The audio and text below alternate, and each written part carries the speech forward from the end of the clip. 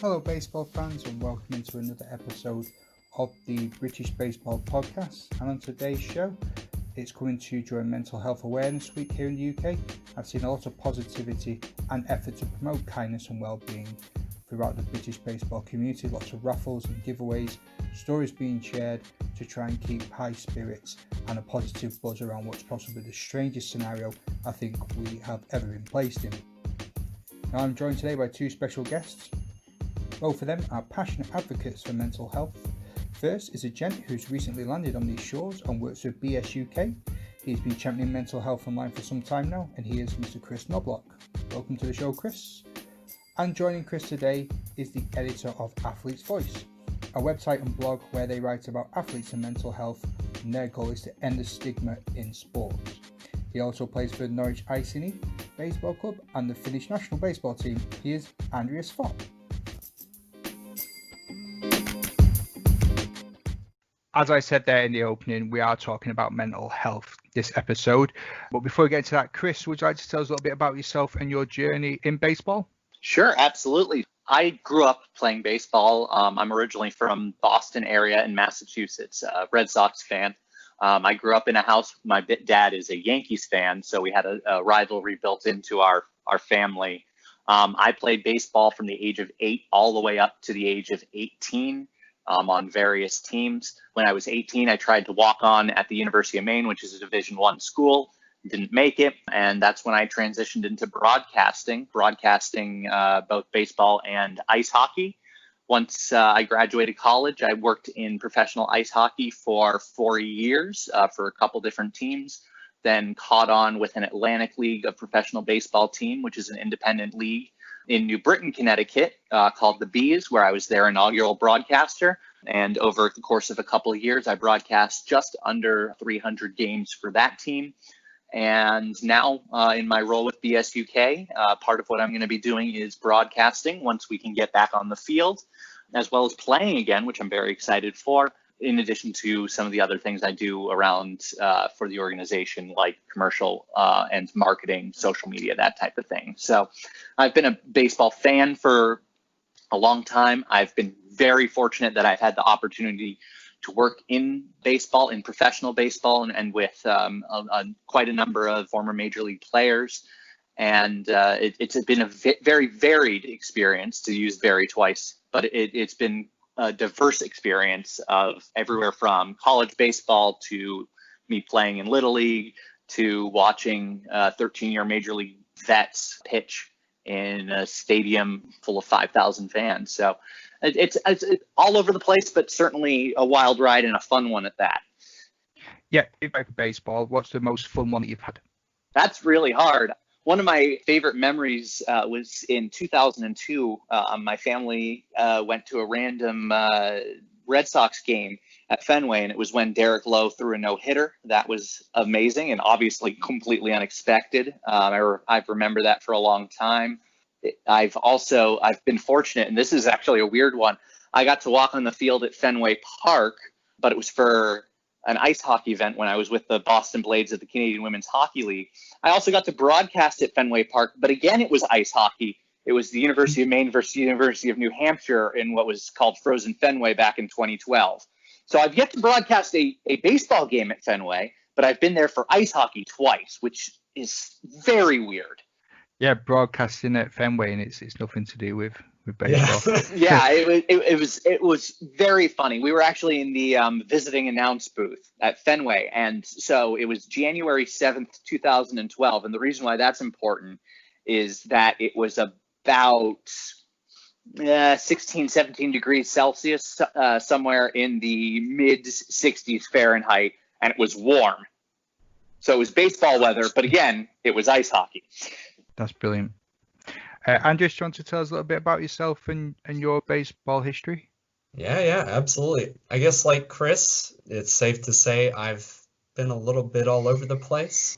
My heritage stems from both the the US, and then over in Germany, I spent a number of years as well. My parents actually moved over as teachers from the US when I was just 4 years old. And so I kind of grew to view Germany as my second home in the span of roughly 15 years. And while I was there, played a little bit of t-ball in my younger years, but then towards my formative years, I kind of got a bit of a hankering for playing a sport during the spring, and it just so happened that our school, being an international school over in Germany, had a baseball team. I was kind of amazed at first that, we had a baseball field to begin with, but you quickly get stuck into it, and we actually had a coach who was a former Cincinnati Red Scout, so he knew what he was talking about, and he was incredibly helpful in sort of not only bringing the passion and energy for a lot of players, but also a good talking to when maybe we didn't lay down the bunt right, or we swung and missed at a ball that was way outside the strike zone. So he was immensely helpful on that level. But of course, over the years throughout high school, as you do, you have a few people that come and go. But baseball was consistent, and it was a really solid rock for me to lean on, especially when I was deciding on a university. And that's when I came to the UK back in 2014 and was at the University of East Anglia for 5 years. So then, as of last year, then finally graduated and have been a part of the Norwich Iceni, the local baseball club, for the last 3 or so years since its inception. And it's been a wild ride. We've already had one championship back over in 2017 when we went undefeated in our inaugural season at Single A, then got quickly promoted to Double A, and realized how, I think, out of our depth we were in terms of ascending up the ranks. Since then, it's just been one fun season after the next, and you never really quite know what each season is going to hold. And I think that's a big part of the beauty of British baseball, is we've had a great number of characters come through the ranks and really help grow our ball club over here. Lovely. It's got a Fantastic. really unusual name as well, Anti the Norwich team. We'll talk a little bit off air about it. Do you want to share us the origins of the Iceni team? Yeah, absolutely. Again, I hope I've got this 100% right, but when we were originally deciding on the name, a number of people on the committee were looking to sort of bring the region's heritage, East Anglian heritage, into it. And so we thought something with sort of a warrior connection might be something interesting to involve here. And that's when we decided upon Norwich Iceni, the Iceni being a local tribe that had inhabited Norfolk quite some time ago. So let's get into the meat and veg of this episode. You both have superb websites with lots of different articles on there. Which ones are you most proud of, and what are they about? Andreas, if you want to start us off on that one. Yeah, absolutely. When it comes down to articles, Athlete's Voice was conceived originally just to talk about mental health, really in association with sports, because I'd kind of noticed that there was a little bit of an absence of it. Like, unless you're really digging for particular articles, you're not going to readily run across athletes talking about the inner psychology or their thought process so much as the visual accomplishments that they have. And so for me, I kind of wanted to add a little bit of my own spin to it, and write not only through my own experience as someone that has struggled with mental health, depression specifically, and I wanted to add my voice to the fray, just in the hope that it might spark some conversation around sort of this whole stigma in sports is a hashtag that I use, and get people really, I don't know, just to sort of embrace mental health a little bit more readily, especially within the sports media environment. Yeah, Really good. So for me, I'll be honest, I was not a mental health advocate really in any way up until I finished up my first job in Portland, Maine. So I graduated from university in 2012 from the University of Maine. And at the time, my primary area of focus was ice hockey. But I didn't start speaking out about mental health until after I'd wrapped up my 2-year tenure with the Portland Pirates, who at the time were the American Hockey League affiliate of the Phoenix Coyotes. Now, that wasn't struggling with mental health. I had been struggling with my health since the age of 13, which is when my parents got divorced. And it was always, it manifested itself in insomnia. Primarily, but there was the anxiety and the depression that would accompany that was certainly very tough. And the reason why I ended up finally writing about it and posting about it, it started with an initiative in North America called Bell Let's Talk, which originally started in Canada. And it was a day every year, one day where Bell, Canadian telecoms company, would donate 5 cents for every tweet using the hashtag Bell Let's Talk, with the goal of ending the stigma around mental health. And the first couple of years they did it, there wasn't a lot of uptake until National Hockey League players got involved and they started amplifying the message, and they were the ones who started bringing more light to it. My first 2 years in Portland were incredibly stressful. We were an understaffed team. We were under constant relocation. In fact, my second year in Portland, the team moved from Portland to Lewiston, which is a town about an hour north. And we had to commute from Portland every single game day into an arena that was 60, almost 70 years old. In fact, and this is a quick aside, that arena is famous for the Muhammad Ali fight with the Phantom Punch, was up in Maine, called the Lewiston Civic Center. So that experience really brought me to the edge. I was getting somewhere between 12 and 18 hours of sleep a week. I was working 20-hour days.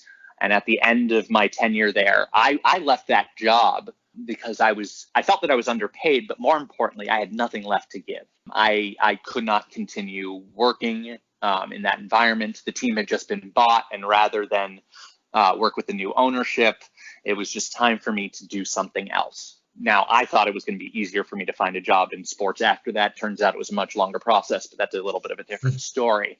And at the end of my tenure with the Pirates, while I still had health insurance, which in the UK comes with the NHS, but in the US is tied to your employment, I finally went to a doctor for the first time and said, look, I've had this problem forever.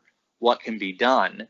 And she took one look at me and said, you should have been on medication for the last 10 years. I had no idea. I had gone to therapy when I was younger. It had not worked for me. So we tried a medication in 2014, and it failed miserably. It was just an absolute disaster. I was working in a summer camp with my now fiance, and the medication caused me to not remember things. It caused me to be sarcastic. I had a short fuse. It was just a disaster. And so at the end of that summer, I went back to my doctor. I said, this isn't working. It took people telling me that it didn't work for me to figure out that it wasn't working. And she said, okay, let's try this. And the other medicine was night and day. It completely changed my life. The anxiety was controllable for the first time. The depression was controllable for the first time. The insomnia got better. It's still something I deal with every day, but it was a life changer. And that was the moment. That was really the moment where I realized that the biggest mistake I made wasn't getting help, but it was waiting as long as I did. And because at the time, I was very on top of my social media to a borderline religious extent. Thankfully, I'm not at that level anymore because it was really obsessive. I figured that the best thing that I could do to help end the stigma of mental health in sports was to talk about what had happened to me and to urge people not to wait to get help. And so that's really where I started writing about it and talking about it and discussing it on social media. That ended up with me posting items on my own website when it comes to mental health issues and companies promoting them or organizations. I've always been one to volunteer to speak out not ever expecting anyone else to, but because, one, I'm a broadcaster and it's in my nature to talk, but two, because I really feel that the best thing that you can do is, if you found a way that helps you, is to encourage other people to reach out and get that help that they're looking for. So that's why at the beginning of Mental Health Awareness Week, I was the one to do a video on DSUK talking about my experience and urging people to get help, in the hopes that they would do so, not because I'm an expert on the subject or anything, but because I wanted people to see that I'm just a regular person and I waited a long time and I didn't need to. And that's really my most important takeaway from a mental health discussion, is that help is available. Honestly, a lot of that resonates very much so. And I think the crucial take-home message is, as you said, that with these stories, and there are different ways to communicate them. And honestly, I will be the first to say, both of your medias are vastly different than the one that I choose to communicate my messages. I feel like both of you deserve a huge round of applause when it comes to being so forward-facing with your messages. And I feel very strongly about that, because it really does take quite a bit of effort and willingness on your part to be so public about that. Because for me, I am a little bit more of an introvert when it comes to writing about my own struggles, which are chronicled online, but purposefully not in a video, nor on a podcast. So this is very much a sort of out of my comfort experience. I know and I understand, and in fact, I wouldn't necessarily encourage other people to do what I do. Talking about mental health is great, but broadcasting it is not for everyone. And I completely understand that I'm rare in doing so, and that most people aren't comfortable doing it. So it was very kind of you both to say that resonates.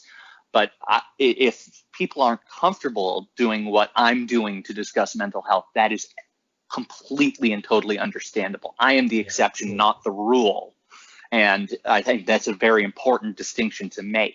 Mental health and discussing mental health is not necessarily a public thing for most people, and that's totally okay. Yeah, I agree. And I think a lot of people that I know of have been quite vocal about it too, with their willingness to listen. The important thing is that, like you said, then everyone can go about their own way, but just talking about it can be helpful, which is why the direct messages for British Baseball Podcast on Twitter will always be open if anybody wants to. I don't have answers, but if it's just people want to offload or just have just so there's somebody there at the other end. And this, as part of Mental Health Awareness Week, my boss at Baseball Softball UK, Joelle Watkins, did a video as well. And she volunteers with Samaritans, the anti-suicide charity here in the UK. Yeah. They're always available to talk as well. Their information's available online. They have an email address as well if you don't want to talk over the phone, which I think is fantastic. And so there are many different ways to approach mental health. And I know I talked about how I take a medication. Medication isn't necessarily for everyone either. It was my solution, but for some people it could be therapy, it could be other techniques. There is no one size fits all either, and I think that's part of what makes mental health so tricky. Exactly. Is that there is no magic bullet. Yeah, and it's a really important disclaimer, and part of the reason why I think while we're talking about this, we also need to be aware that there's so many different conditions that it is a bit of a struggle to sort of, when you're talking about your own personal experiences, it does take on different forms. And I know that, for instance, one of my pieces chronicles how one of the things that I love most in this world was very difficult for me, both in 2017 and 2018. When I was really struggling with depression, and that was just throwing a baseball, something that is so fundamentally simple, was complicated by my frustration and my sort of desire to be perfect, really, sort of to be this individual on the mound that was infallible, and that I really wanted to channel everything that I still had in me into baseball. And it ended up blowing up in my face. And to be quite honest, I realized that maybe I just need to loosen the throttle. I need to talk some things through with someone, and I'm no longer on medication now, but I speak semi-regularly with a therapist, and that helps an absolute boatload. I mean, she's been incredibly helpful, and I'm very thankful to be in the situation that I am in terms of being able to talk to someone that is as caring as that. It's interesting that you brought up throwing, because I can bring up one of my least favorite stories from growing up about baseball was former Yankee second baseman Chuck Knoblock. Am I related to him? I don't really know. His name is spelled differently than mine, but about 3 generations back, so is my family name. We can't tell, and I purposefully have never looked it up. But he was Rookie of the Year in the early 90s. He won 4 World Series rings with the New York Yankees. And then in the year 2001, he lost the ability to throw a baseball from second to first. It was a case of the yips. It was not mechanical. It was a mental block. So they moved him to left field. He played 1 more season for the Kansas City Royals, and he retired. So the mental health is not just for those of us who could not make it to Division I baseball in the NCAA in college. That was an athlete who had won multiple awards and multiple World Series. He had made millions of dollars, and all of a sudden, he couldn't make the most simple throw that he had done probably millions of times in his life. It's funny you should say that about because again, mental health doesn't really care, does it, about how much you earn or what job you've got. And one thing that really grates me is there's an incident with a football player over here who was suffering with mental health issues, and he stepped away from the game, and he was a Premier League footballer. And the amount of people I heard saying, what's he got to be worried about? He earns millions of pounds a year. What mental health issues can he possibly have? And the answer, he can have whatever mental health issues he wants. He's got them. And the fact that he earns 18 million times more than what we can, but just the fact that he earns what he earns doesn't mean that he can't have mental health problems.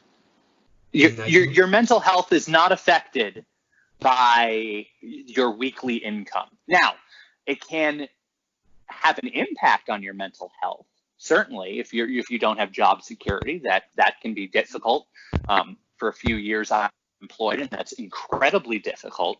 But just because you're making money doesn't mean your mental health issues go away. Sometimes it can actually exacerbate them. So, you are not protected by piles of cash from mental health issues. That certainly not. No, I think that if you look at a lot of documentaries, and I know that The Last Dance has been a particularly popular Netflix documentary or Netflix biopic of sorts. But I mean, if you look at how they characterize some of the players, and you look at, for instance, Dennis Rodman and his personality, you wouldn't be the first person to say, well, he's definitely got some stuff going on, but he is so he's so defiant in who he wants to be that I think that speaks more volumes than anyone saying, well, he's maybe not all there. He wants to do what Dennis Rodman wants to do. And I think that when we talk about mental health in a professional sporting environment, that often is crucial, that you allow players to be really who they are in essence, because by suppressing individuality, you're losing a big part of what makes them who they are. It's what makes them great. I mean, exactly. if Michael Jordan was not Michael Jordan, then we wouldn't be watching a documentary called The Last Dance. nor would he have won 6 championships. Michael Jordan's mentality is what got him there. It is the essence of who he is. And mental health can be a part of that, certainly. When Jordan took a break from the game of basketball to go play baseball, and after his father's passing, there were instances where he lost his killer instinct and he had to go find it again. And now, is that the same thing as anxiety or depression? Not exactly, but is that part of the mental health picture? Absolutely. Yeah, exactly. And I think that that's one of the crucial things that, I'm going to insert a shameless little plug here, that I do like to write about when it comes to professional athletes, because as I mentioned earlier, there's not a whole lot of content out there when it comes to players specifically that have been open about their mental health issues, or at least it could be that there's more information, but maybe I'm just not picking up on it. But there was a piece that struck me as a little bit different when Gianluigi Buffon came out in 2019 and mentioned that he'd been struggling with a depressive episode while he was sort of at the pinnacle of his sporting peak. He was at the very top. He'd been coming off multiple seasons of world-class football with Juventus Turin, and he'd been excelling. And so for all intents and purposes, like you mentioned, Chris, you should be happy.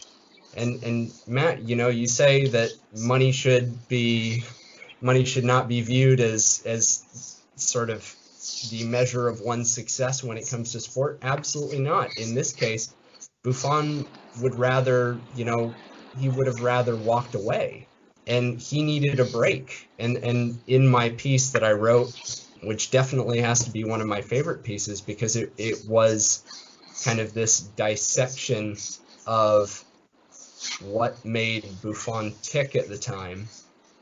It talks about how all he needed was something different, something new, something refreshing. And I think that dialogue, that narrative can really be placed in a lot of mental health conversations, especially, when it comes to sport at the amateur level. If you've got a lot of individuals that are maybe struggling to play a sport, whether it's because of injury or simply the repetitive nature of it, and they no longer get the same enjoyment out of it, try something new. See whether or not you get that energizing thought of, God, this is really something special that I've stumbled upon here, and I might want to explore it a little bit further. That's how we get a lot of guys that come over and practice with us and say that they've been playing football or cricket for 10, 15 years, and they just want to give baseball a whirl. And sure enough, some of them stick, some of them don't. But the main premise is that what might be driving you a little bit mad about one sport might be entirely fixable by moving to another. Great point. Yeah. There's been studies that show that the links between mental health and sports being proven. But what do you think is about baseball specifically that is good for promoting mental health or making you feel better? I think the sport of baseball, and from my perspective, and coming originally from the U.S. And having worked in the U.S. independent minor league system, the thing about baseball is that it's a game that requires a lot of thought, especially at that very high level, that pro level. And you can get consumed by that thought, but that's sometimes a blessing. It gives you something to singularly focus on. It's not a short game. It takes some time. It forces you to concentrate on one thing for a certain period of time. You don't know when it's going to end, which I think is one of the great things about the game of baseball. And it's one of the reasons why I don't like all of this pace of play stuff, is that I like the open-endedness of baseball because there's no planning around it. It is, you've started a game and you're going to play until the game's finished. And there are all these scenarios that can come up within the game of baseball, whether there's a runner on second and 2 outs and you're down by a run and you need to get that runner home. So how do you hit the ball? To the chess match between the pitcher and the catcher. All of that can provide a welcome distraction, not just physically, but mentally. So that I like about the game of baseball when you're playing it. And here in the UK, where we have a wide variety of different levels of baseball teams that play across the country, it's all people who love the game doing it because they love the game. And that type of passion, that type of like-mindedness in that community, if anyone's ever been in the British Baseball Clubhouse Facebook group, you can see the passion with every single post. And they're not playing, they're just talking about the game. Normally the British game, but also Major League Baseball. It gives you something that is tangible, that you can talk about, that it may seem silly because in the grand scheme of things, talking about sport or sport in general is not ever the be all end all of life, as much as we all would like to think it is. But that passion and that thought and the fact that these people are coming together because they love the game and they want to grow the game, and they've built this such a strong community, that's what really gets me about the sport. It's welcoming and it's inclusive, and once you're in, you're in, and there are limitless things to discuss and think about and break down and improve upon.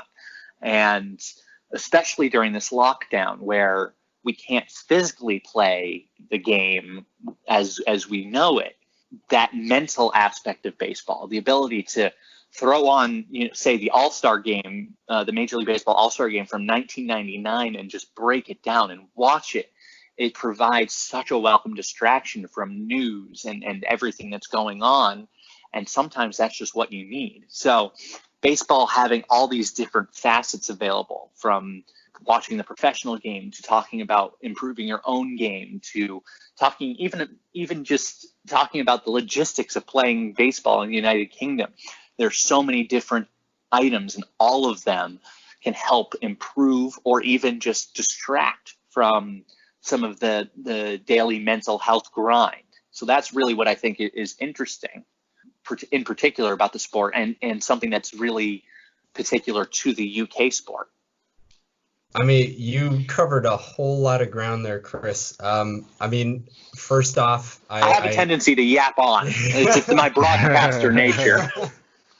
I think that's brilliant, because I mean, when we talk about baseball specifically, I feel like it's a game that it gets me outside.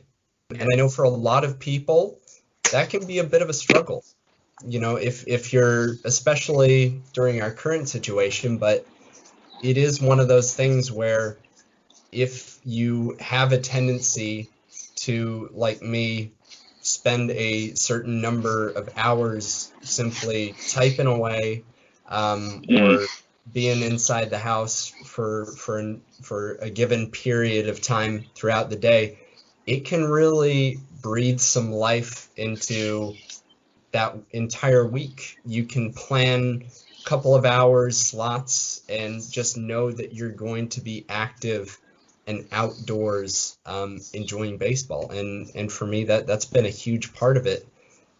I think if you acknowledge some of the mental health literature that's out there, the fact is that mental health conditions can sometimes feel as though they're taking control of you, to the extent that you become sort of paralyzed, in a state of neglect, not only about yourself, but a neglect for others. And I feel that the social aspect, and the fact that you do get outside, talk with other people, and simply enjoy the game, it really, I know for me, breathes a whole lot of life into my sort of my seasonal habits, if you will.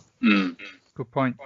I found from my point of view, since I had my brain injury, baseball had helped me with my hand-eye coordination, which have been really important. It's one of the things that I was really worried about because I'd seen improvements in myself personally through just a couple of training sessions. And when it was taken away, one of the first things that happened to me is my anxiety kicked in, and my ability to overthink just took over, and I played out all the worst case scenarios in my head, and I was so worried I was going to lose everything. But I think one thing that I've learned from it is to try and keep myself active, meditate when I can to try and cope with the negative emotions that I feel. And it's okay to have them and like let them happen, and just acknowledge that they are just thoughts and I don't have to dwell on them. But also keeping myself active if and when baseball season starts up again in the country, that I'm ready to go. And even just watching what I eat, my diet, which again, feeling good about myself, eating the right foods, not eating rubbish food, which is going to make me feel sluggish and horrible, and motivation anymore than it can be at times. And I feel like the little things that I'm doing at home during lockdown to try and keep positive and keep my energy levels up, just in case someone says, I feel like a firefighter on call, just ready for action. That's what I'm trying to prime myself to be. So any little things I can do. I mean, I'm quite fortunate that I have a house. I mean, it'd probably be a different story for us if I was living in a flat without access to like a garden or something. But you know, like you said, then Andreas, one thing I was really looking forward to was going back outside and just being with the park in Manchester in Wythenshawe. I actually cycled to it today. It took me 45 minutes to get there, and just standing there in the field and just looking around and just seeing where the team would sit from last season, and just being around nature and just outdoors and in such a lovely surrounding environment.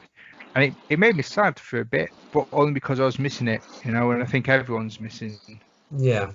They are. I mean, I can relate on that level where we've had a couple of the guys post in our Facebook chat, and you know, their photos of our home field, and I mean, it does hit a little certain spot, and you get a little bit sad there for a bit. But the fact that this state hopefully will not be permanent is really has been a driving force for me keeping my head up as much as I can. I've been trying a few different things when and where possible in order to add a little bit of diversity into my daily activities, and that's helped immensely as well. And I think that there is something to say about a daily routine, because some people simply function better when they have a routine. Now, I've been led to believe that is the best way, and both of my parents function very much on a routine basis. But I have to say that the fact that I have this degree of freedom and this privilege to be able to do essentially what I want when I want has really lended itself to me being able to work out and explore baseball a little bit more fully. Like you were saying there, Chris, there's so many different things to dissect within that sport, and that's what makes it so great. There's different aspects to a game that we all love, and that's part of, I think, the brilliance of having podcasts like these. They're little things that really add value to a lot of people's lives in ways that maybe at first glance you might not expect. And I think it really speaks volumes that you found the time and you found the passion, Matt, to continue this as much as you have, with the variety of guests and topics that you've gotten involved with. That also speaks volumes about, you know, being able to stay afloat during tough times like these. Yeah, I couldn't agree more. There was a weird little YouTube video that I happened across not too long ago, and the title of it was "Why Baseball in the UK Sucks." And I kind of took that personally. Yeah. And I'm not even from the UK. I thought, what does this guy know? Like, I've never seen him on a baseball field here in the UK. I feel like in some ways we're not being given the credit maybe that we're sort of due. You know, we I could soldier not agree on. more. Yeah, we I soldier completely on. agree with that, and you know, it's always a shame when in the UK and even in the US when they're like, oh, they don't play baseball in the UK. Well, if they don't play baseball in the UK, why am I here? But it does bring up an interesting thing about how people who are ignorant will usually have very strong opinions based on absolutely nothing. And the issue with that is that watching a video titled like that sometimes can rile you up, or if you're feeling down, that can bring you down. And part of the ways that you can help your mental health, if you can't stay away from a video or something that might impact you like that, or say the news right now, because no one can stay away from the news right now. You can try to, but it's not going to work. Is to, you know, check the sources, check the bias, check everything like that. Inform yourself. And you know, that sounds like a political stump speech, but to be quite honest, so when you come across any type of content on the internet, you have to know the source. And that's not just because you want to know that it's truthful and that it's helpful. It's to know exactly how seriously you should take it, and to make sure that if, you know, it's something that you care about and something that could impact your mental health, that you're taking it with the sincerity in which it was created. And I think that's very important, especially in a heavily saturated social media world where who knows what's being posted, and then there's so many rumors, there's false stories all over, the conspiracy theories, this, that, the other thing. And this isn't just about baseball, but it could also just be about baseball when you look at all the rumors about MLB coming back. If they're having the Florida League or the Arizona League, or if they're playing in 29 stadiums or 32 or 4 or whatever. There's so much information out there, and sometimes it's good to check your sources, and sometimes it's just good for your mental health to shut it off. Yep. Yeah, absolutely. Always an option. There is kind of, I think, another side to baseball where we've become so accustomed to it being something that we can rely on. That it's going to be there for us in our moment of need to help us, not only because it's kind of ever present. I mean, it runs for a ridiculously long period of the year. You know, it was considered essential during the Second World War. Yeah. I mean, let's talk about that. A world war could not stop baseball, but a pandemic could. I mean, that's the difference right now. Although, you know, if you dig hard enough, you can still find baseballs being played, and that's absolutely the beauty of it. You know, if people want to go that far out of their way for, you know, a little bite of something that comforts them and improves their outlook on life, that kind of reminds them of this win-lose dichotomy that you've got, where, you know, your favorite team has a chance at winning it all, then it's still out there. You just have to look. Baseball in the KBO, you know, you can take it for what it's worth. It's not the MLB, but it's still fun, and it brings a new flavor to baseball. So that would be my 2 cents for those of you that maybe are looking for a little something to take your mind off things, or just sort of get comfortable in front of the TV with your family, with your significant other, or even just by yourself. That does a great deal to sort of ease the daily grind that we're all in. Yeah, I've been watching the CPBL. I had it on in the background when I've been working. I won't lie to you, I've been enjoying it. You got a favorite team? There's one thing, the Guardians at the moment. All right. Yeah, I'm a Rakuten Monkeys guy myself.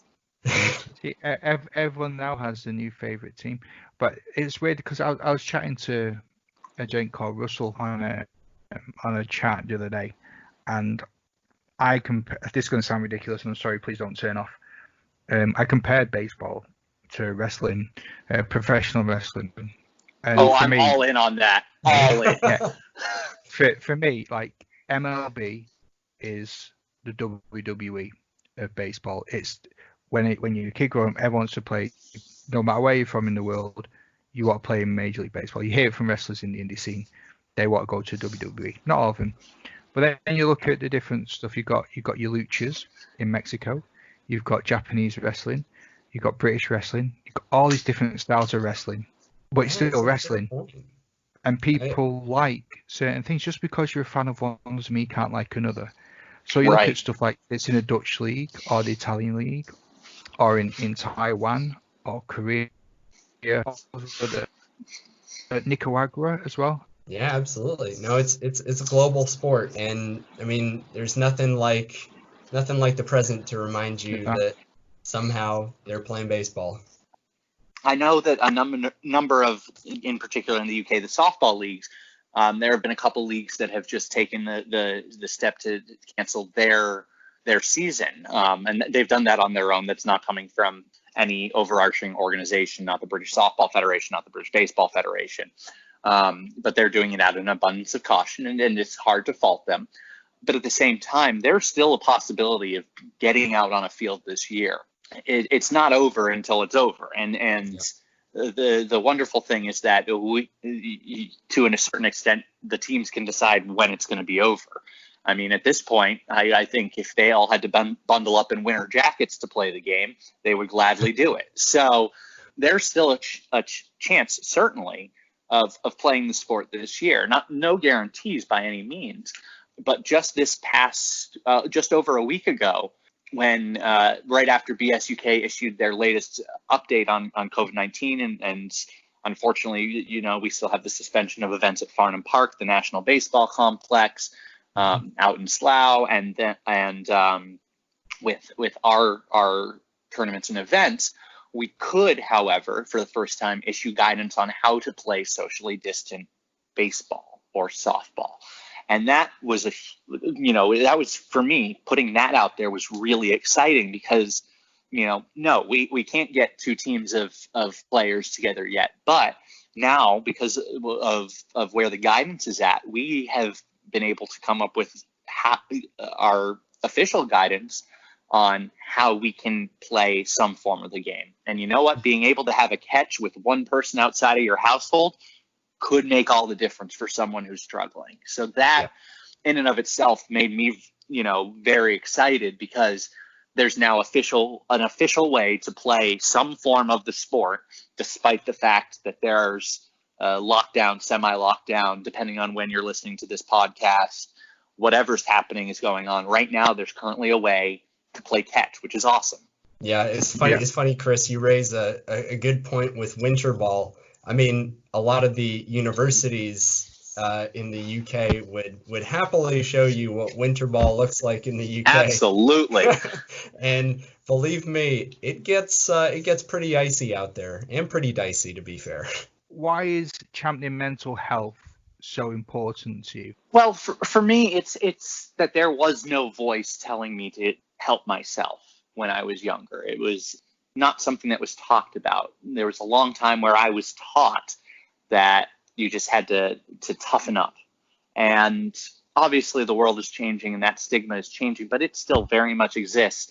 And in a culture of sport, in a culture that is based on showing no fear and showing no weakness, it can be very difficult to take that step and be honest, even with yourself, about mental health. So that's why it's important to me, is that your physical health, your performance on the field, your performance off the field, all depends on your mental health, and they're all very closely connected. So it doesn't matter if you are a pro athlete at the top of your game or if you play softball once a year and it's slow pitch and it's just for a tournament. It really does not matter your skill level. Mental health is important. And for me, that particular stigma around the sports world, while it's slowly but surely changing, it's not there yet. And there's so much more that can be done. So I've been fortunate to work in a variety of sporting roles and professional sports, minor league sports, the top level of women's hockey, some would say in the world. and at each level has given me a different perspective on mental health. And because I've been in such a forward-facing role and am comfortable doing so, I wouldn't say I feel like I'm responsible to talk about it, but I have a platform. And I think that because I have that platform, because it's something that I care about, that's why I choose to champion it the way that I do. I also don't think that, I know that you guys were very kind in your words about me talking about my mental health. I don't see it as a big deal for me to take that step in the positions that I've had. I understand that it's certainly not for everyone, and I'm aware of that. But I think that there's almost a responsibility that if I'm comfortable with it, then it's something good to do, and it could help someone else. And if I can help just one other person, then I've done a good thing. So there's part of it it's a little selfish, but at the same time, I just don't want people to suffer like I did because it was needless. Yeah, I'd have to agree on all accounts there, Chris. I mean, I think that the big thing on my end is really down to when I felt that I needed help, I didn't really know where to go. I had a real ordeal with opening up to my parents and saying that, you know, it was sort of this admission of what felt like weakness on my part, that I was meant to have my life together as a university student, that I was meant to be so much more, and it felt almost humiliating that I couldn't not only perform academically, because first and foremost I was a student, but that I was having these shortcomings playing a sport that I was truly passionate about. But it was as if this spark kind of left me. You know, there were a lot of other things going on in my life that contributed to the way that I was feeling at that point in time. And I later learned to better dissect them and talk about them. But it was a really tumultuous couple of years. And I think that by starting this website of mine, it was really me just opening up and being honest. Because for the longest time, I felt like I was kind of running away from my feelings, and I'm a fairly emotional person by most accounts.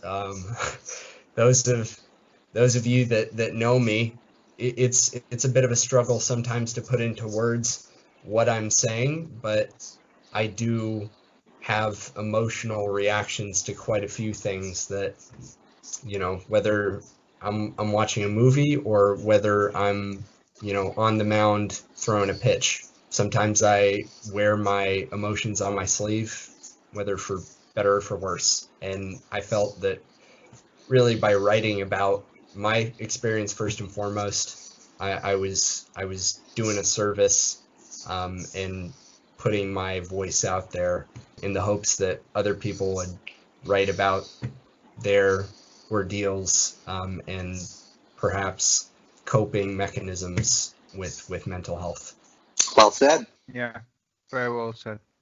The theme of mental health awareness this year in UK is kindness. Are there any tips or advice or things that we can do to be kinder to ourselves? That's, I mean, I think we kind of already touched on a few of them. So going from what we've said previously, and I'm just going to drop this one in there, and I guess, you know, we can kind of see where it goes, but diversity in activities has really been a big one for me. Lockdown, quarantine, I'm not going to paint it as if it's all been absolutely phenomenal for my mental health. I've had my ups and downs, as I'm sure many people that are listening to this likely have as well. But you do kind of look at the available activities, and once I find an activity that I can really get stuck into, it quickly becomes something that really helps me deal with all this time on my hands. And you try and do it productively, but for me, a big part of it has undoubtedly been baseball. Now, I live on a college campus, so I have the privilege of being outdoors for quite a bit of time.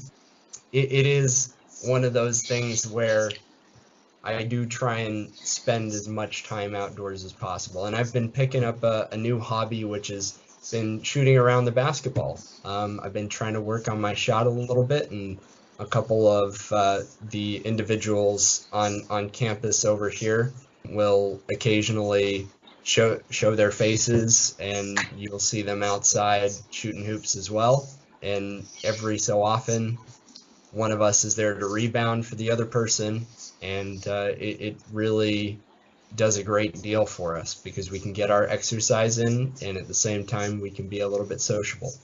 From my perspective, the theme of kindness is a great one for this year. Where, well, we know, just when I was leaving the U.S., there were nearly 30 million people who are unemployed and struggling, and that doesn't even consider the tragic death toll of what's happening. And you can get bogged down in all those negatives, certainly. And I think it's important to acknowledge that that's happening. And that's the U.S. And in the UK, it's certainly a similar situation, although fortunately not to the same extent. But the beautiful thing about the theme of kindness is that it costs absolutely nothing to be kind. It does not matter your social situation, your economic situation, your employment situation. Anyone can be kind to someone else, and you never really know who needs an act of kindness. It could be checking in with someone on Twitter, just saying, "Hey, how are you?" It could even be something as similar as favoriting a tweet.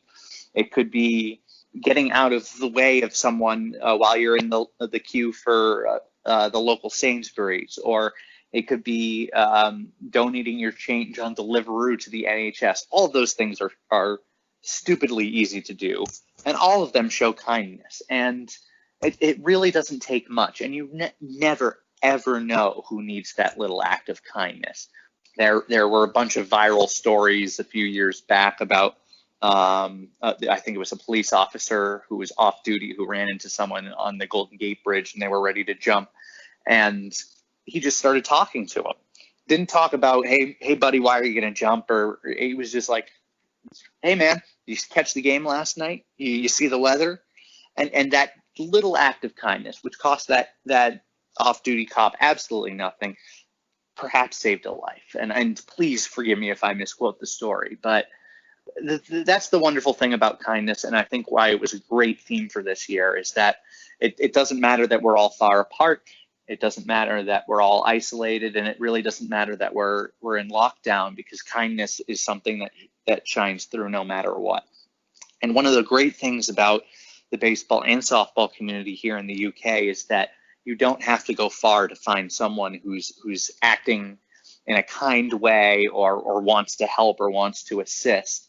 I've seen a lot of posts on social media. I won't call any out that are specific, but asking and offering to help unsolicited, not necessarily responding to another person's request, although I've seen those as well.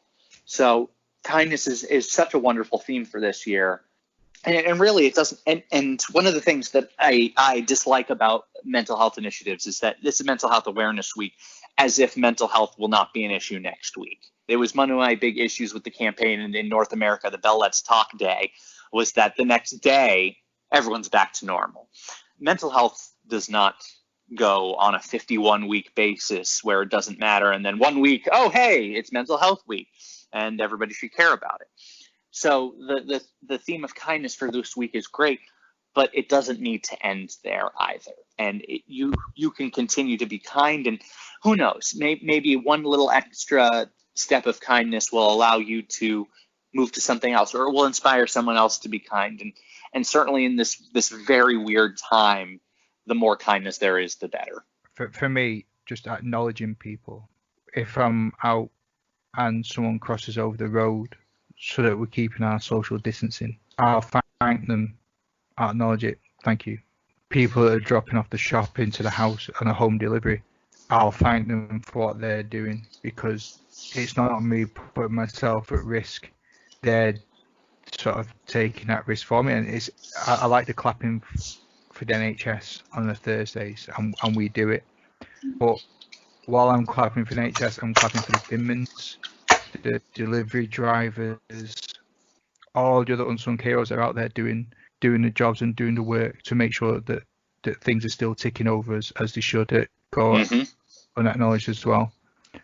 And if I get the chance to meet them, then I'll let them know that I appreciate what they're doing. Absolutely. It's really, as you put, just to be able to reach out to others. And while I may not do a great job as someone that is a little bit more of a hermit by most accounts, I do try to keep up with particularly my folks and friends that are at a certain distance away from me.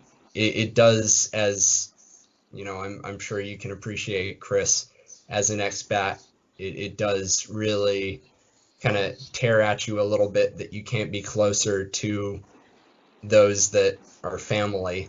I mean, not to interrupt, because you're doing a great job.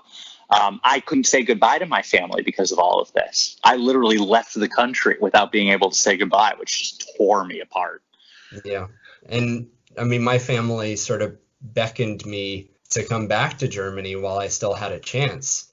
And due to my position in work, I unfortunately I told them, you know, I'm not able to, because I might be looking after high risk children that we still have to provide some sort of provision here over at the college.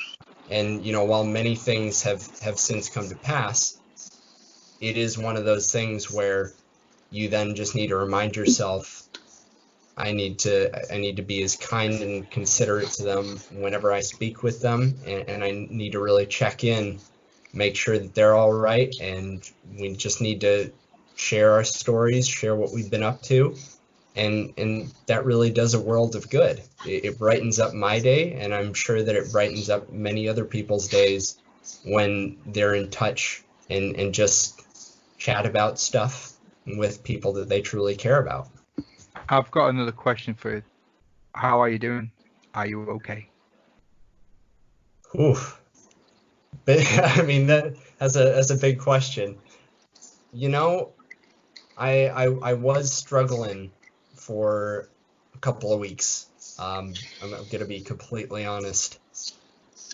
It's difficult to kind of look at this in rose-tinted glasses and say that, you know, we have any understanding of where this is going to be going. But I think, like what we mentioned earlier, the permanence of it all, you know, we can't get caught up in thinking that this is going to be something that is going to exist forever. There are only so many things that we can control. I did find that just reaching out to other people, even, you know, given my mental health, did do wonders, not only for my confidence, but just my ability to think positively. You know, it's truly something that I want to impress upon everyone. There are people out there that will help, that will listen, and whether it comes in the form of a therapist or your neighbor, a family friend, or even a relative, there are people that are both happy to talk just about life or just about the simple things that are going on at the moment. Very well said, once again. Yeah. Chris, would you like to share anything, or are you okay? For me, it's been a weird month. So a month ago, I was sitting in an apartment in Farmington, Connecticut, having working on my 7th flight itinerary to attempt to move over here while my visa vignette, which is the entry document, was still valid, right? And while that was incredibly stressful, the beauty of moving over an ocean during a pandemic is that it is completely all-consuming, and there's a shortage of stuff to do. And so while it was a lot of stress and it certainly ratcheted up my anxiety, the thing is I was able to pinpoint what was causing it at all times. And to be grounded like that was actually very useful. So it was functional stress, it was functional anxiety, in the completion of a task. The one thing that I think that's important to mention is that not all stress is bad and not all anxiety is bad. It can be a motivator. It can help you stay on task at certain points. And that certainly is what happened while I was trying to move over here. And while that whole process is probably a much longer story, now that things are calming down again, I'm actually having a little bit more trouble. My insomnia is much worse because I don't have anything to singularly focus on. And now the uncertainty is starting to creep in. And don't get me wrong, that doesn't mean I'm unhappy or anything. I mean, it took me for so long to get over to the UK. I've been looking to do it for over almost 6 years at this point. But because of what's going on, it should be this great relief. And instead, it's been replaced with, all right, what's coming next? How are we going to keep going? What is the world going to look like? What is my job going to look like? So the questions come up, and that uncertainty certainly is difficult.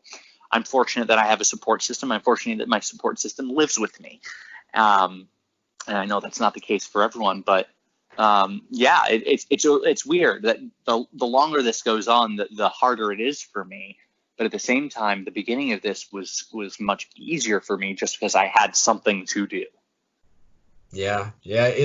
It was kind of weird at first, just to chime in on that front, because you kind of feel, I mean, I was in the education sector, so for me it was like I've got an early Easter break. Right. It was a bit bizarre in that sense that you just thought, okay, great. So Easter breaks come early. I'm not quite sure how to deal with this in the long term, but I'm not really thinking about that because I've got a Easter break that is indefinite now. And now that it's dragged on, you do kind of have to set your sights on something, as he said. And just talking to people can help clear things up, what might otherwise kind of be a little bit murky. It's difficult to, I think, truly put into words how people might feel around the world about this. Everyone's in different stages, and it's really kind of, I think if you're living with an individual, it can be quite intense. And I'm not sure whether you've noticed that at times. Absolutely. Oh, yeah. Absolutely. I mean, you can have the best relationship in the world, and being isolated in the same house for 8 weeks will test that no matter what. Not necessarily in a bad way, but like, it's a small amount of space. You could have a huge house. It's still a small amount of space. Yeah. So, it's not normal for humans to be in confined spaces for this long. It really brings into perspective zoos, for example, but I digress. So, no, I completely agree. Yeah, and on the flip side, you have individuals like me who I feel that there's this degree of isolation that is also unhealthy. So when people talk about normality and kind of getting back to a normal, I think a lot of people sort of associate it with just social norms and the ways in which you interact and go about your daily lives, the variety of people that you meet, the different activities that you partake in. Why we're recording this podcast on Skype instead of at a pub in Manchester. Just saying. Brilliant, exactly. You know why Matt hasn't both sat a nice cold one in front of us and said, all right. That he's definitely buying. I want that on audio. That's getting edited out. Okay. Shame. No, We'll have the to thing is, hold you account at some point then. well, if you're willing to drive from Norwich and London up to Manchester, it's the least I could do is to buy you a beverage. The I very mean, least I could do. I feel like Notice how he running to said beverage, Manchester by the isn't too way. bad. But yeah, maybe 2 beers for me if you can. I'll get a tab sorted. I'm good. As always, I like to leave the final words open to our guests. Andreas, is there anything that you would like to talk about? Any shout outs you want to give? Anything you want to promote? Well, it's funny you should mention that because as soon as we'd kind of been discussing whether or not we could include shout outs beforehand, there are a couple of people that popped into my head, and there is one particular person that I know is doing a great job promoting mental health up in Scotland, but he's also doing it by extension through his coffee business, and that is James at Farm Boy Brews. Yeah. So I would encourage you to go check out Farm Boy Brews on Twitter and Instagram. I believe he also has Facebook, but he's a fantastic individual and does a fantastic job with his coffee, and it goes with each purchase. There's a small percentage that goes towards mental health causes up in Scotland. So, Yeah. I mean, he does a great job, and I'd like to include a little note for him. And naturally, then I've got 2 more. I'd like to thank my lovely teammates at Norwich Iceni for being their usual bubbly selves on social media, and also my therapist, Catherine, who's a steady rock for me. Thank you. Lovely. And where can we find your work? What's your website address? My blog is athletesvoice.blog, so pretty straightforward. If I suppose I have a Twitter that I can include as well, but Yep. I presume you might be able to help me on that one there, Matt.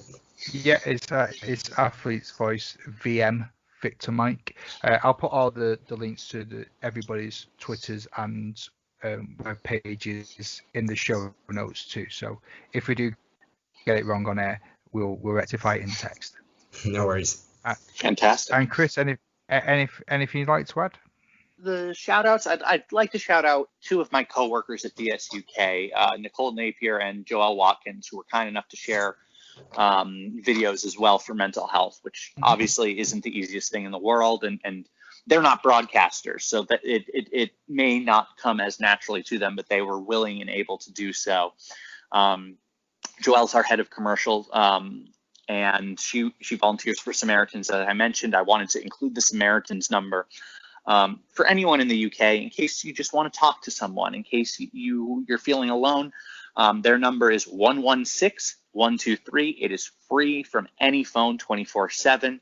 If you don't want to talk on the phone, you can write Joe, J-O, at samaritans.org. They'll respond to your email within 24 hours. So that's Joelle does that as a volunteer, which I think is fantastic. Nicole's family runs a charity called Team Daniel, and rather than going into the details, I would encourage you all to look up their information.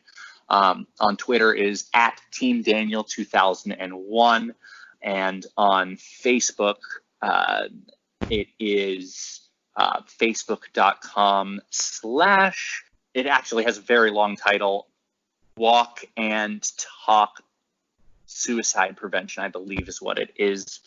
But I wanted to plug both of them because they took the time out of their days to record the mental health videos, and I wanted to make sure that their individual causes were taken care of as well. I don't want to plug my work too much, but if you're interested in baseball and softball in the UK, follow Baseball Softball UK. It is what we do. We have some very exciting things going on. We are still in operation and will be throughout the lockdown. We have a whole game ready campaign designed to do drills at home, to talk about umpiring, to talk about safeguarding, which is very important, especially during this time. All of that is available, baseballsoftballuk.com/game ready. It's all free, and anything that you want to sign up for, you can. If not, send me a message. The best way will be on Twitter, which I know the link will be in the description, but it's at Knoblock, Knoblock 17. My DMs are always open. I'm happy to talk. I'm happy to chat. I'm happy to provide any resources that you may need. I'm not a mental health expert. I'm just a dude who talks a lot. Sometimes that's what you need. Sometimes it's not, but I'm always happy to help. Yeah, absolutely. And gentlemen, that brings us to a close. Superb work, and I thank you from the bottom of my heart for being so open and for sharing. Mental health is something I've struggled to talk about myself personally, to the point where I was that worried about recording this show today, I nearly cancelled it 10 minutes before recording because I was having a bit of a wobble. But isn't that really what this is about? Talking and sharing and acknowledging that it is okay not to be okay. So thank you for being so open. Thank you for giving us your time. A pleasure. And if I could hug Absolutely. you, I would, after I bought you beers. Well, we'll definitely need to make an issue of that. Just should the event arise, I will be there, making my way up to Manchester. I know that I'm a Seattle Mariners fan. I know that they were going to host some sort of event in Manchester before the lockdown ended up hitting. So it shouldn't be too far away. But we'll see where it goes. I sure hope so. Right, gentlemen, enjoy the rest of your evening, and I'll speak to you soon. Ta-ra. And there you have it. Thank you again to Chris and Andreas for being so open, honest, and for sharing with us some great insight into mental health. And if you are struggling through this awful time, you're not alone. So please reach out to someone, or if you're worried about someone, why not take this time now to drop them a text or give them a call and check in with them. As Chris mentioned in the episode, Mental Health Awareness Week is only 7 days long, but the struggle for some continues way past a day and is a year-long event. Keep helping each other, be a good teammate, and lend an ear if you think it's needed. On the plus side, the British baseball community has been extremely active in providing us with some content to keep us active, entertained, and educated. You've got Chris from Richmond, who's been putting so much work into organising the British Baseball E-League, which has now reached its group stages. We've been treated to some online webinars and insight into the game from Will and Ellen at Smarter Performance. Doing throwing webinars, Chris Ward from Guildford doing training sessions. So many popular quizzes that are popping up from teams, from federations and foundations. The BFF have been putting on special guest webinars. Gabor Erdos doing his umpiring clinics, plus the British Baseball League are also producing some content too that you can sign up to on the Facebook. So what are the chances we're going to see all these amazing guest speakers and insight into the game that we love if it weren't for lockdown? So why not take full advantage of these? Keep active, keep us all in the loop, and point them out to each other if you think there'd be something that somebody would be interested in. That's it for today. Next week, we've got another special guest on for you, and hopefully I'll see you then. Until that time, take care. Ta-ra.